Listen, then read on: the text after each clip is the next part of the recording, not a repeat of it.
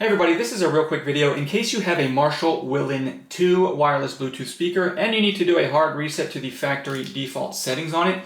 Now you're going to want to do this reset for one of two reasons. The first one is troubleshooting in case this speaker is not connecting or you're having software bugs, it's not syncing with the app, it's not pairing with Bluetooth with your iPhone, with your Android, it keeps disconnecting or dropping. Any issues like that can very often be fixed with a factory reset.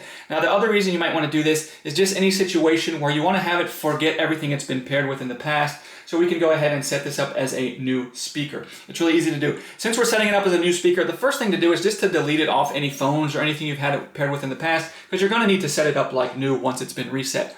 So once you've done that, with the speaker on, we're just going to come in and press and hold this Bluetooth button right here for about 7 seconds. And basically we're going to keep holding it and just keep an eye on the little indicator light right above the button. And once this goes, this will quickly turn red, and then the speaker will turn off and turn back on automatically, and it will turn back on into its factory default state. We can go ahead and pair it like a brand new speaker. So if this worked for you, if you could please leave me a like, I'd really appreciate it. Thanks a lot.